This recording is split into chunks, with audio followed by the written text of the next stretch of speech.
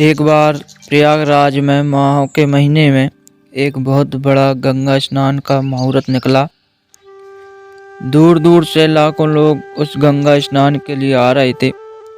जब पार्वती जी ने देखा कि लाखों लोग स्नान के लिए आ रहे हैं तो बहुत ही खुश हुई।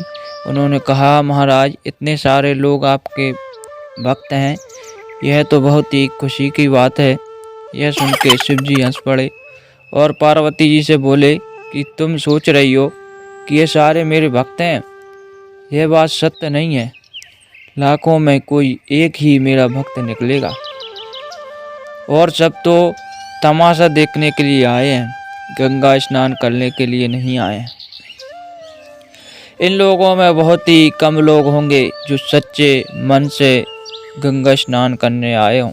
इस बात को पार्वती जी मानने को तैयार नहीं हुई।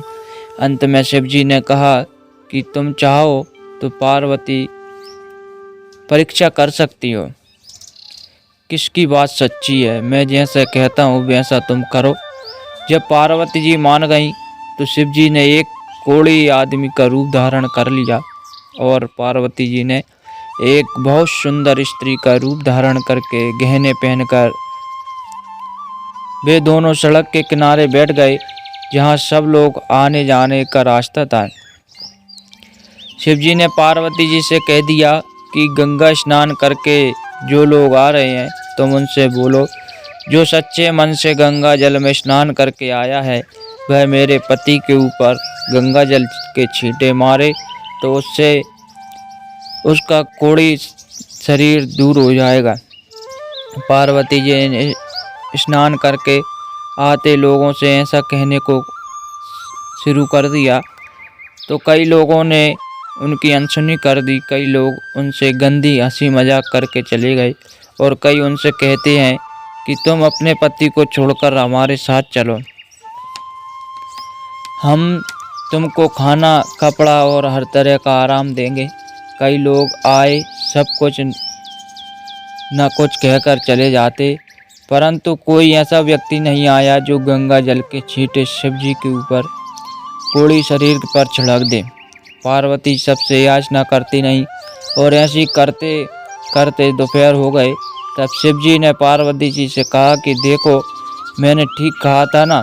पार्वती जी को निराश मन से शिव जी की बात माननी पड़ी। इसके बाद शिव जी बोले कि ऐसी बात नहीं है कि सब लोग पाखंडी हैं, कई लोग ऐसे भी हैं जो मेरे सच्चे भक्त हैं। उन्होंने पार्वती जी को थोड़ी देर और रुकने को कहा तो पार्वती जी और शिव जी को खड़े खड़े शाम होने लगी। सूर्यास्त होने वाला था कि एक साधु उस ओर आया। उसने एक सुंदर स्त्री को देखकर कहा कि मैया, तुम्हें क्या दुख हुआ है, ऐसी क्यों खड़ी हो। पार्वती जी ने कहा कि मेरे पति को कोढ़ी हो गया है। यदि आप सच्चे मन से गंगा स्नान करके आए हैं तो गंगा जल के छींटे इनके ऊपर दे दें तो इनको कोढ़ी रोग दूर हो सकता है। इतना सुनते ही साधु ने गंगा जल के छींटे शिव जी के ऊपर छिड़क दिए और शिव जी और पार्वती जी ने अपना असली रूप धारण कर लिया। उन्होंने साधु को आशीर्वाद दिया और अंतर ध्यान हो गए।